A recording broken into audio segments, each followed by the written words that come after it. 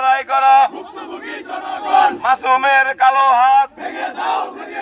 মুন্সিগঞ্জের সিরাজদিখানে জোরপূর্বক জমি দখল, মিথ্যা মামলা দিয়ে অসহায় মানুষদের দমন-পীড়ন, প্রশাসনের সাহায্যে নিরীহ মানুষদের হয়রানি ও ভূমিদস্যুতার প্রতিবাদে মাসুম নামের এক ব্যক্তির বিরুদ্ধে মানববন্ধন ও বিক্ষোভ মিছিল করেছে ভুক্তভোগী এলাকাবাসী। শুক্রবার ৩০ আগস্ট বেলা ১১টায় উপজেলার মধ্যপাড়া ইউনিয়নের সর্বস্তরের জনগণের ব্যানারে মালবদিয়া মরণ মার্কেটের সামনে মানববন্ধন শেষে বিক্ষোভ মিছিল বের করা হয়। আমার জায়গা জমি মির্জা মাসুম জোর করে ভাঙ্গা চুরা ঘর দরজার ভাঙ্গা চুরা নিয়ে গেছে।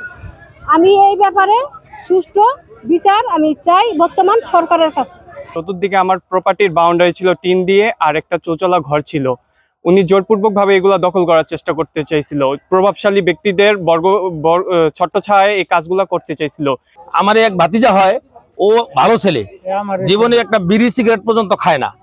এই ছেলেটারে মাদকের মামলা দিয়া, ব্যাটারি চুরির মামলা দিয়া হয়রানি করছে।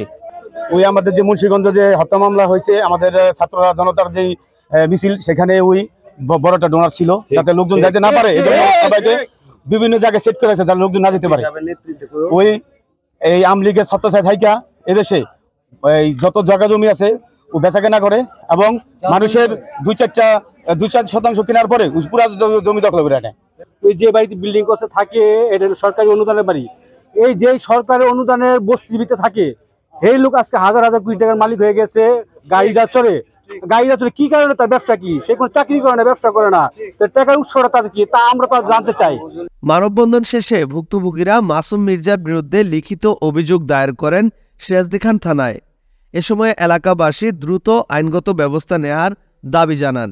Mohammad Jahangir Alam, news 71.tv, Munshiganj.